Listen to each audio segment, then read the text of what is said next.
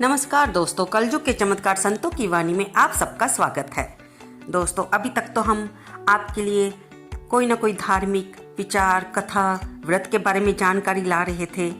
आज हम आपके लिए लाए हैं एक मोटिवेशनल स्टोरी, जिससे पता चलता है कि हमें अपने परिवार के साथ भी कुछ समय बिताना चाहिए। आज की भाग दौड़ की ज़िंदगी में हमारी ज़िंदगी भी फास्ट फूड के जैसी हो गई है कि सब कुछ जैसे हम जल्दी जल्दी बनाकर खाते हैं, वैसे ही हर काम को जल्दी जल्दी करने की चेष्टा करते हैं। और इसी भागदौड़ में हम कई बार अपने परिवार को भूल जाते हैं। जिम्मेदारियां तो निभाते रह जाते हैं, लेकिन जो समय अपने बच्चों के साथ, अपने परिवार के मेंबरों के साथ देना जरूरी होता है, वो हम नहीं दे पाते। आज की कहानी यही दिखाती है, यही सुनाकर हमें बताना चाहती है कि हमें अपने परिवार के लिए भी कुछ समय अवश्य निकालना चाहिए।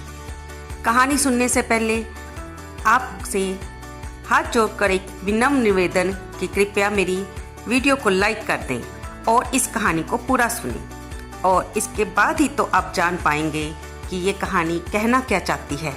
अगर आप आधी अधूरी वीडियो सुनकर छोड़ देते हो तो हमें पता ही नहीं चलता कि हमने कौन सा वो शब्द खो दिया जिससे हमारे जीवन में परिवर्तन हो सकता था।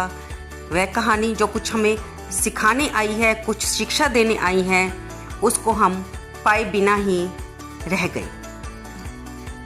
अपनी दोस्तों के साथ मेरी वीडियो को शेयर करना ना भूलें, और कमेंट बॉक्स में आप कहाँ से ये कहानी सुन रहे हैं, अपना नाम और अपनी जगह का नाम अवश्य लिखें।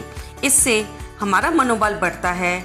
और आपको कहानी कैसी लगी, अच्छी लगी, नहीं लगी, ये भी अवश्य बताइए। आइए सुनते हैं। हमारे किरदार का नाम राजन है, जिसका एक छोटा सा बेटा था जिसका नाम सुधीर था। राजन की बड़ी छोटी सी फैमिली थी, पति, पत्नी और उनका छोटा सा बेटा सुधीर। एक दिन रविवार का दिन था। उस दिन राजन को घर से ही काम करना था, इसलिए वह सोफे पर बैठकर आराम से लैपटॉप पर काम करता है।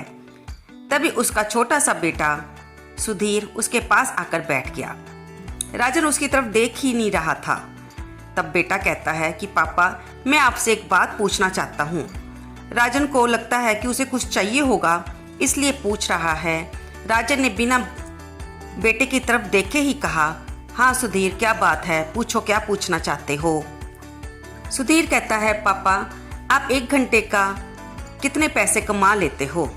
राजन को बहुत गुस्सा आता है कि ये भी कोई छोटे से बच्चे की पूछने की बात है।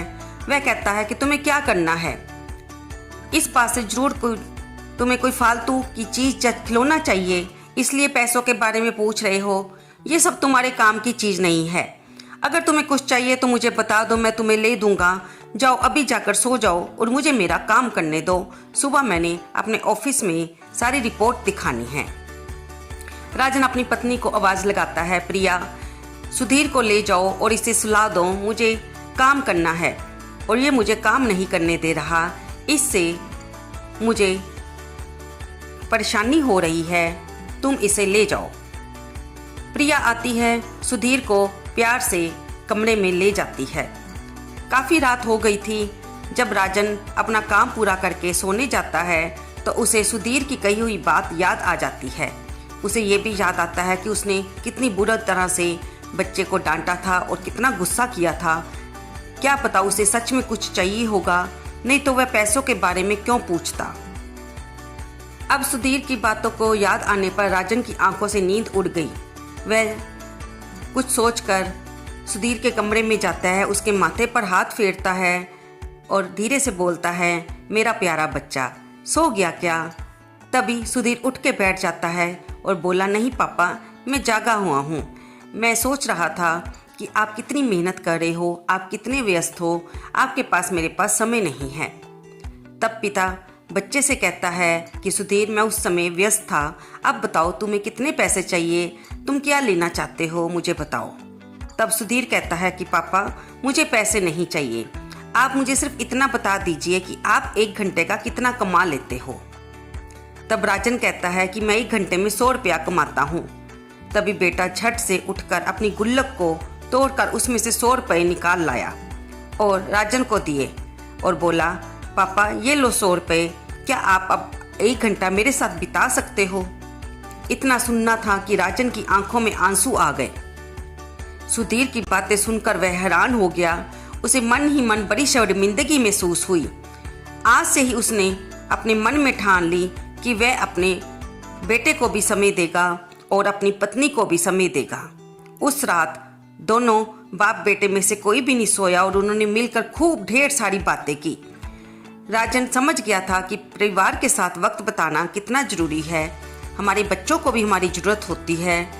हर समय काम करना भी ठीक नहीं है। हमें कुछ समय अपने परिवार के लिए अवश्य निकालना चाहिए ताकि हम आज की व्यस्त जिंदगी में एक दूसरे के साथ मिलकर चल सकें, मिलकर सहयोग से अपनी ज़िंदगी को सुखदमय बना सकें।